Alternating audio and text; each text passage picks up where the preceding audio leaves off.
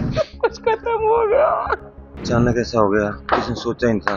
पूरे गांव में गम का माहौल है। एक स्टेटस डाला 1:06 पे, 4 दिन की जिंदगी से अच्छे हैं दो जिंदगी के 2000 पल। शायद उसको कोई आभास हो रहा होगा। गुजरात के अहमदाबाद में हुए एयर इंडिया विमान हादसे में जान गंवाने वालों में हरियाणा की एक बेटी भी शामिल है। कुरुक्षेत्र जिले की रहने वाली अंजू शर्मा अपनी बेटी से मिलने के लिए लंदन जा रही थीं, लेकिन कुछ ही सेकंड में आसमान से उठी उम्मीदें आग के शोलों में बदल गईं। किसी को क्या पता था कि अंजू शर्मा का ये सफर आखिरी होगा। इस घटना के बाद से परिवार समेत पूरा गांव सदमे में है। जानिए अंजू शर्मा की आखिरी यात्रा की वो भावुक कहानी। सारे परिवार में अचानक ऐसा हो गया, किसने सोचा ही नहीं था। सारे परिवार पे जीवितों का पहाड़ी टूट पड़ा है। सदमे में है सारा परिवार। क्योंकि तो दूर दूर तक सोच नहीं थी कि कभी ऐसा भी होगा। आप देखो ना, एक बंदा अपनी बेटी से मिलने जा रहा है लंदन, कितना खुश होगा, कितनी खुशियां होंगी, कितने जज्बात होंगे मिलने के बच्चों से। और पल में ऐसा कुछ हो जाए, इसकी कल्पना भी ना बंदा करे। कल्पनीय है जी, सोच से बाहर है। कब आपकी बात हुई और कब? कल जी फ्लाइट थी उनकी। मेरा साला है बड़ा, वो छोटा, वो चढ़ा के आया था वहाँ पे प्लेन में, एयरमावल छोड़ने गया था। तो हमें पता था अभी प्लेन उड़ा है, थोड़ी देर बाद ही टीवी में न्यूज चलाई तो आ रहा था कि प्लेन दुर्घटनाग्रस्त हो गया, बहुत ज़्यादा भयावह हादसा था। बस जिसका टीवी के आगे बैठे रहे, टकटकी लगाए, शायद कोई परमात्मा को चमत्कार कर दे, कोई ऐसी उम्मीद बना दे कि कुछ बंदे निकले उनमें उसका नाम हो। एक उम्मीद की होता है ना जी, एक उम्मीद थी, बस परमात्मा बचा ले बस किसी भी तरह। लेकिन शाम को पता चला जी कुछ नहीं बचा, सारे के सारे पैसेंजर जो भी थे वो खत्म हो गए। सिर्फ मेरे ससुर जो हैं, फादर इन लॉ मेरे, वो ब्रेन हेमरेज 4 साल से बिस्तर पे हैं। उनको कल बता नहीं पा रहे थे। मेरी मदर इन लॉ हार्ट की पेशेंट है, उनको बताना बड़ा नामुमकिन सा था। अब आपके सामने थोड़ी देर पहले ये सब गाँव वालों ने मिलके, सब लोगों ने मिलके उनको इकट्ठे होके तब उनको अपने उसमें लिया, विश्वास में लेकर उनको बताया। लेकिन आपने देखा ये माहौल क्या हो गया। उसका दुखद निधन से सारे गांव में सदमे का माहौल है।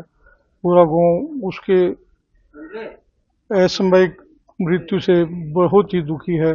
परिवार पे दुखों का पहाड़ टूट पड़ा है। परिवार, माता पिता दोनों बीमार हैं। उनको अब तक बताया भी नहीं था उसकी मृत्यु हो चुकी है, लेकिन आज क्योंकि ये बताना ही पड़ता, आज उसको बताया। बहुत ही पूरे गांव में गम का माहौल है और सारा गांव परमात्मा से तो यही प्रार्थना कर रहा है कि इस परिवार को यह बड़ा दुख सहने की हिम्मत दे। फोन आया था मेरी बहन का, दीदी का प्लेन क्रैश हो गया कहते। दीदी ने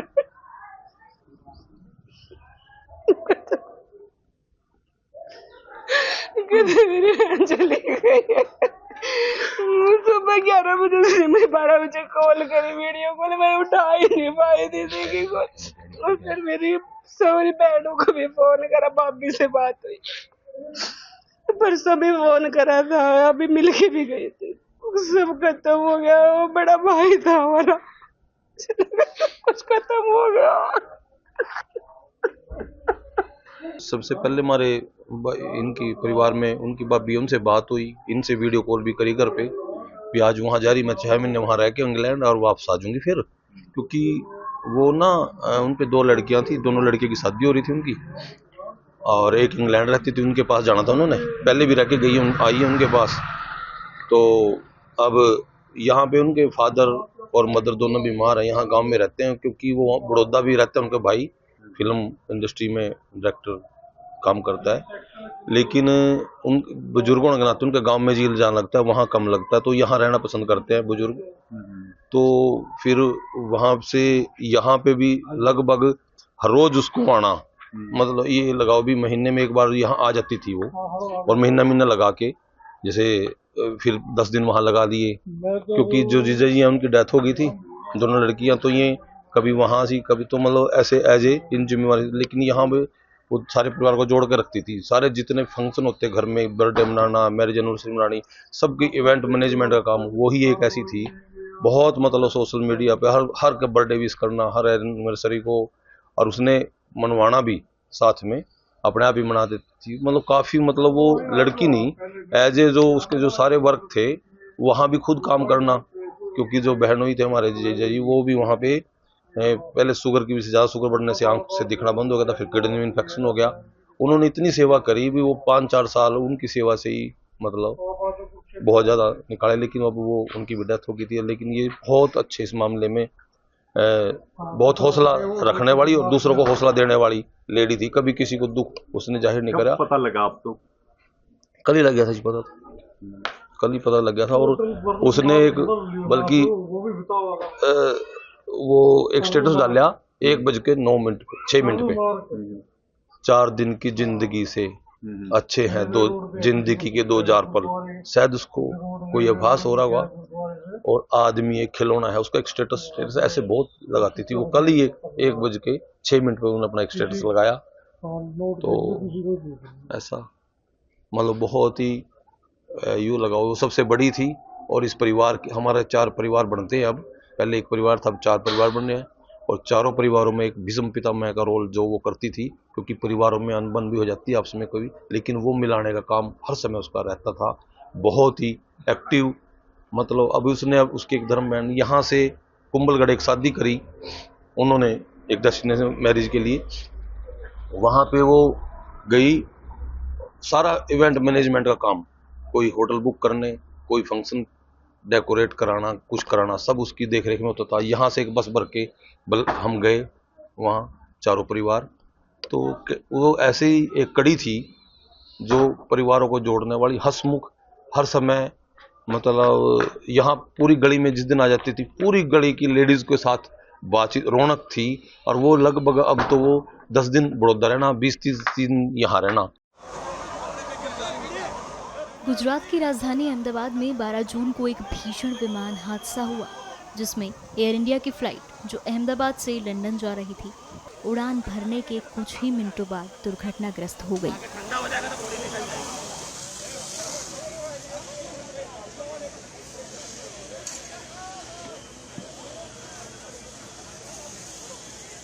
इस हादसे में विमान के पायलट कैप्टन सुमित सबरवाल, जो मुंबई के जलवायु विहार में रहते थे, जिनकी जान चली गई है। मृतक सुमित सबरवाल के पड़ोसियों का सुमित के बारे में क्या कुछ कहना है, सुनिए। सुमित सबरवाल जो साहब थे वो 904 फ्लैट में रहते थे। उनके साथ में उनके पिताजी रहते थे। पिताजी अभी भी है। पिताजी का उम्र शायद 95 या 96 हो सकता है, और सबरवाल साहब का 48-49। लेकिन सुमित सबरवाल साहब बहुत साइलेंट रहते किस्म के आदमी थे। सबसे अच्छी तरह से बात करते थे, बहुत विनम्र थे। कल हमें पता चला तो उसके बाद में पूरा हमारा जो बिल्डिंग का लोग है वो सब दुख के सदमे में है। हम ज्यादा तो कुछ नहीं बोल सकते। उनका एक लड़का, ऐसा मैंने सुना कि बेंगलोर से रात को 1:30-2 बजे उनको मिलने आया। रात में हमारे यहाँ 11:30 बजे तक पुलिस वाली गाड़ी वगैरह थी। बाकी तो अभी तो कुछ नहीं बोल सकते, इतना ही बहुत है।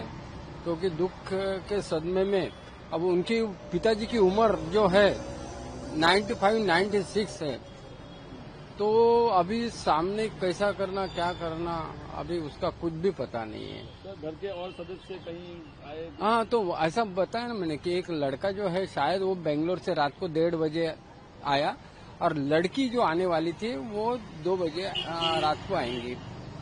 हाँ, लड़की यानी उनकी नहीं, शायद उनके बहन होंगी या जो भी कुछ है। उनकी वाइफ, कभी उनकी वाइफ नहीं है उनको।